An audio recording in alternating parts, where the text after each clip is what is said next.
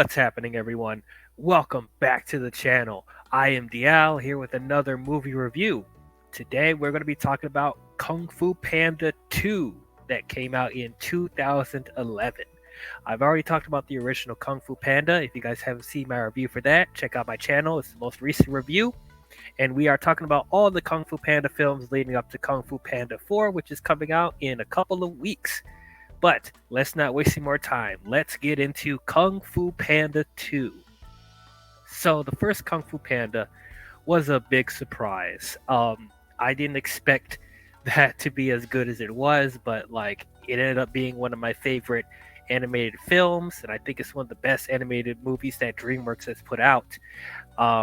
Man, it's just I thought the voice cast was amazing. I thought the animation was breathtaking, and overall it had a good story, and I really loved how heartfelt the first film was. It had a lot more substance than I thought it was going to be, because from face value it just looked like another kids film. And while yes, it is appealing to kids, I think there's stuff in there that all ages can enjoy. It's a very good family film. So of course I'm excited for the second movie because of the quality of the first film. Yeah, I was expecting it to be just as good as the first film, or at least I was hoping. You know, because like I felt like in the back of my mind I was hoping it wouldn't be like a similar issue like what I had with the Shrek movies, because there's half of them that I liked and then half of them that I didn't like. The quality has not been consistent there, so I'm hoping with Kung Fu Panda it didn't suffer the same fate. And I am happy to say that it's not only just as good as the first film, I think it is better than the first movie. I loved Kung Fu Panda 2. Man, I did never thought I would say this about Kung Fu Panda, that I'm enjoying these first two installments, man. And I think the second film, like, is so good. So good. It had no business being as good as it was. I know this is like, this is a comparison that you hear all the time, that this is the Empire Strikes Back of Kung Fu Panda. And I have to agree. Like I don't think that's overhyping it. I think that's an apt comparison for this, because I think it took pretty much everything that was set up in the first movie and just expanded on it. Once again, like I just think that the storytelling in these movies have so much more substance than I thought it would. And it's like you wouldn't think that coming from this type of film. It's about a bunch of animals doing kung fu. It's like you wouldn't think that it would have this much substance, but like I just love how once again, not only this is just as heartfelt as the first film, but like in this movie, why I think it is better than the first film is that it got a little dark. There was some like heavy subject matter that they had in this movie that really took me off guard. In the first movie they teased that Poe was adopted and never really knew his real parents. And I like that in this movie that we actually were able to dive into that more. And not only that, it's like Poe's backstory is being connected to the main villain of the film, which we will talk about him in a minute. But I like that we were able to get more of a glimpse of where Poe came from, that he wasn't just he wasn't just raised by a goose. Like he actually had real parents, real panda parents. And so I like that we had a glimpse of that in this film. And once again, just adding a little bit more to the conflict about Mr. Ping being the adopted father of Poe, but Poe wanting to know where he actually came from, because he's starting to get visions and flashbacks of his actual parents and stuff like that when he's encountering the enemies with Lord Shen and stuff like that. So I thought all of that was really, really good.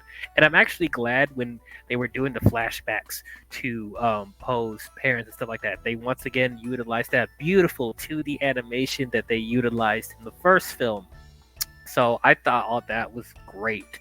Speaking on the animation, once again, this is absolutely gorgeous film. The animation here is breathtaking. It is stunning.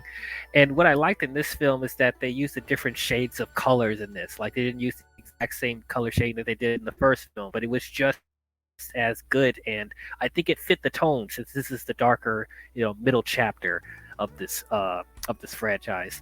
But like I like the use of red and orange and yellow and like the shadows and stuff like that. But once again, it was still able to emphasize the beautiful choreography and the beautiful textures of the designs of the characters.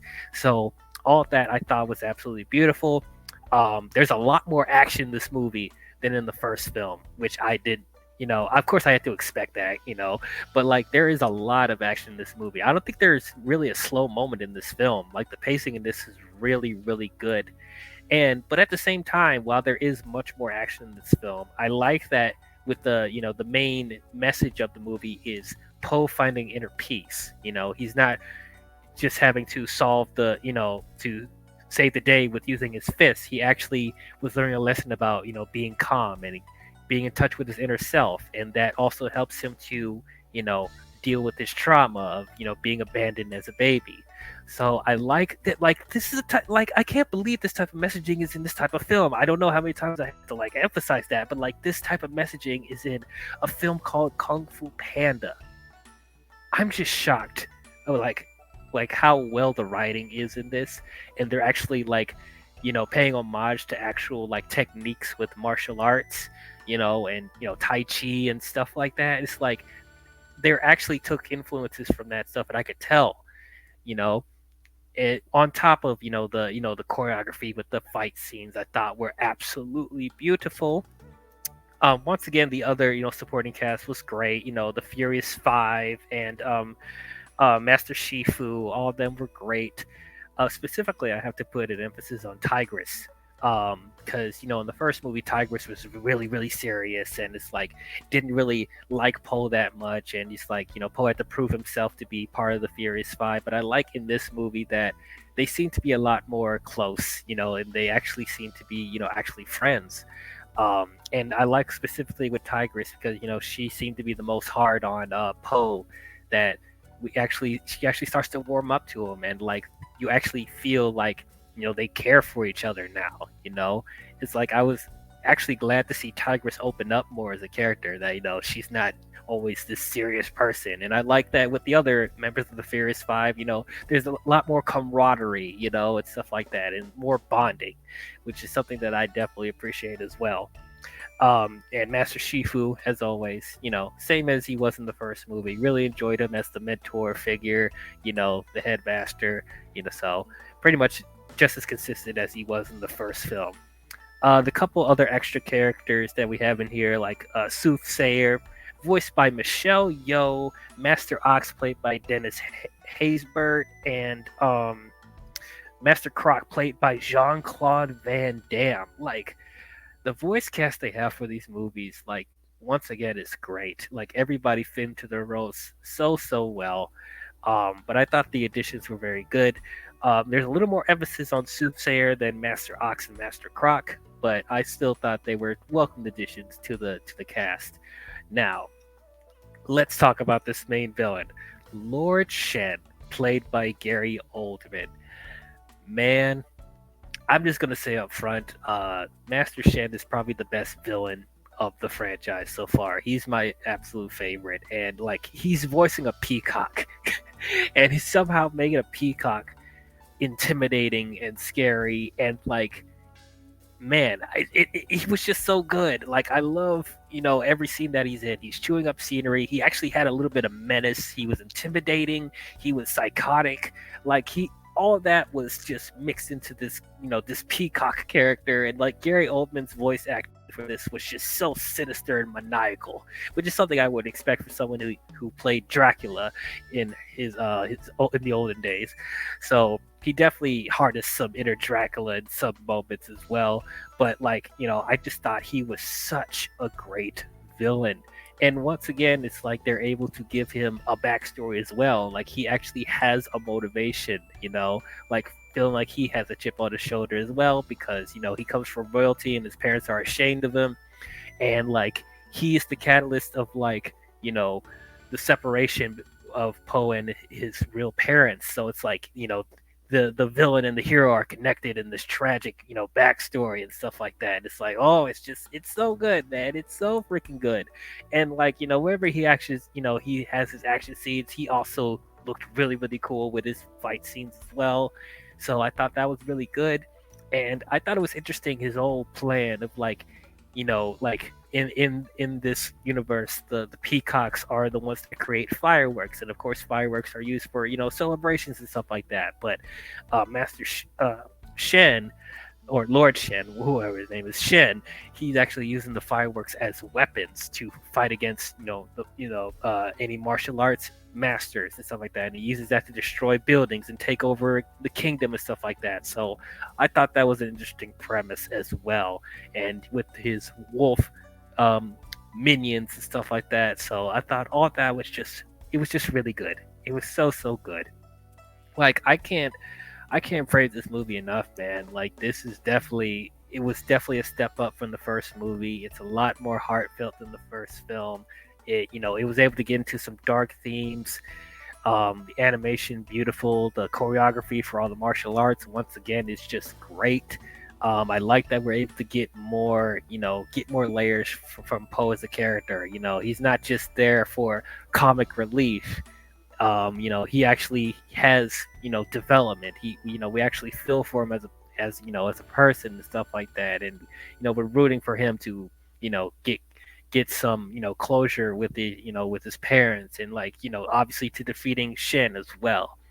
And in a way, you almost feel a little bit bad for Shen too, because of the development we get from him. But he's still a very psychotic villain. But I like, once again, you kind of see where he comes from with some of his motivations, even though he goes about it in the most craziest way possible. But it's that type of stuff in this movie that I just never expect them to do. This type of writing in a movie about talking animals doing martial arts. It's just, I wish these movies had more attention. It's just so good. So I'm gonna have to give Kung Fu Panda 2 an A minus. If you haven't seen this, do yourself a favor, go see it. Come on now, give it a chance. I was poo-pooing on it the first time I found out about Kung Fu Panda, and I'm over here raving about these films so far. But anyway, that is my thoughts. I mean, that's not proper English. Those are my thoughts on Kung Fu Panda 2. Tell me, what did you guys think about it? Did you guys love it? Did you guys hate it? Did you guys think it was okay? How does it compare to the first film? Comment your thoughts down below and let me know. So the next film I will be talking about is Kung Fu Panda 3. That's the last one we will be talking about before Kung Fu Panda 4 comes out. So tune in for that. But if you guys enjoyed this review, please don't forget to leave a thumbs up and subscribe to the channel. And don't forget to hit the bell if you want to be notified on future videos I'll be doing. But that's all I have for you Kung Fu Panda fans, and I will see you guys next time. Talk to you guys later. Skadoosh!